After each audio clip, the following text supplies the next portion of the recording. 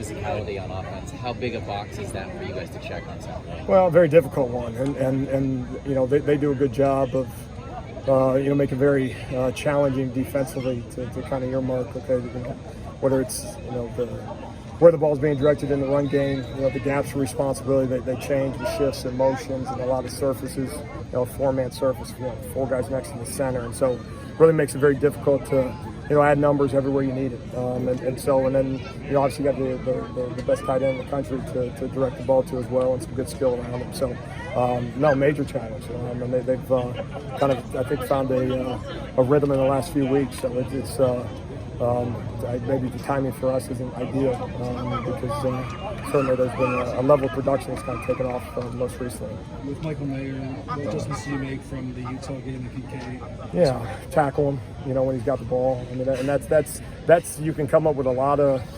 ingredients, and you can put two guys. You got two guys on him. One of the two, if not both of them, you have to get him on the ground. Now he obviously gets a vote, and he's elite at finding ways to. Similar to issues we've had in the past, is they have a tendency not just to fall on first contact, and so we try to convince the guys it's not open field tackles. You're not by yourself. Sometimes you are by yourself, and you got to find a way to get a body part and sometimes just hang on for dear life. But no, you got to have obviously an understanding of where he's at. When a high-level run game and the physicality, as you mentioned, it's very difficult to say, okay, let's put two on him and still have extras in the run game. So that's defensive football. It's a different way to attack defense than most weeks, but obviously highly effective. And one you see on Sundays quite a bit as you watch NFL. How, if at all, might it help you guys to see a strong UCLA running game last week and then this one? Yeah, I mean, I think, again, it's a different way to go about it, but in the end, it's still adding gaps, really putting you in a difficult situation from what we call eye control.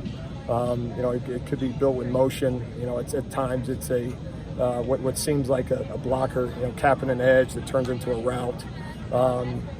Sometimes in a guy that begins to block and then runs a route, and so kind of all those indicators that you look for. Again, similar, maybe a different set, more in again extra tight ends in the game as opposed to wide receivers. But again, the same issues: eye control, and then we say defend the run as pass first defenders on the back.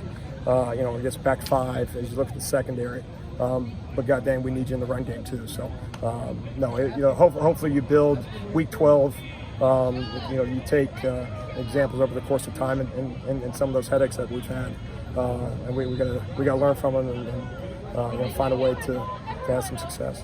It's been about a year since you and Lincoln arrived. What are your thoughts on that first week when you were just watching practice and your first impressions of what you were taking over? Yeah, I mean it's gone fast. I mean it in so many ways it's hard to look back on who those guys were. I mean, I like to think they're different guys. I hope they, from a development standpoint, certainly moving the needle in the right direction, physically, mentally, and all those things. And regardless of where they're part of that is just a year older and a year sharper. But no, I think it's gone fast. That's how football is now.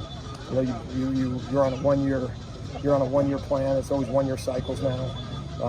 And so this is year one, and then very quickly here after the new year, you got to look at it through the lens of year one again. It's just the way. I've really cautioned myself. Well, it's just year one.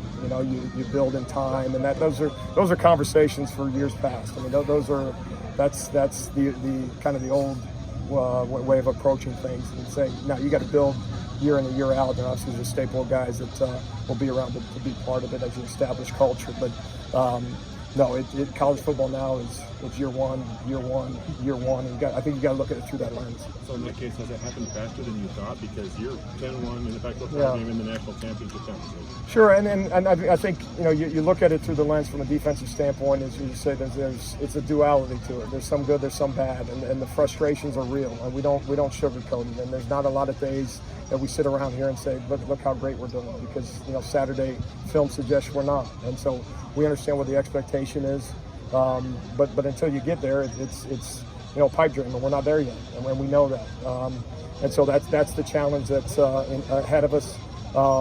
Big picture stuff. You start going through the roster and say which guys on your roster are having their best year of college football, and this is me being too positive, which I struggle with sometimes. But that's a long list. Now, collectively, are we getting what we need to get out of the group? No, and that's my job, and that's my issue. So I got to get it out of them, and we got to play more consistent. And so the frustrations are all the same, just as real. But you mentioned in a year's time, you're saying that there's a lot of guys playing their best ball. Now we got their level of best ball got much better. Kind of to the point about the defense, Lincoln has talked about not paying attention to the rankings at all until the end of the year. You know, it's part of college football. But last night, you know, the committee chair said, you know, the committee wanted to see more out of the USC defense. That's something that, you know, do you find motivating, or how do you kind of take that criticism away? Well, no, and I didn't see it. I mean, I from a criticism standpoint, it's you know, Saturdays that's your resume. And from a coaching standpoint, from a player standpoint, there's no dodging it. We're very honest in that.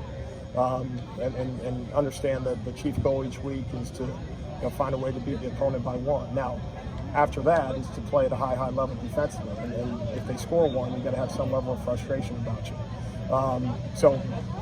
No, for added motivation, certainly not. Just from the standpoint, you're in the business of win games. We found a way to win 10. We're going to fight like all hell to get 11. It's going to be very, very difficult to do so. We understand that. And we also understand it's very real in terms of the responsibility we have on our side of the ball, not simply to be the group that to just hang out. So we got to play at a much higher level.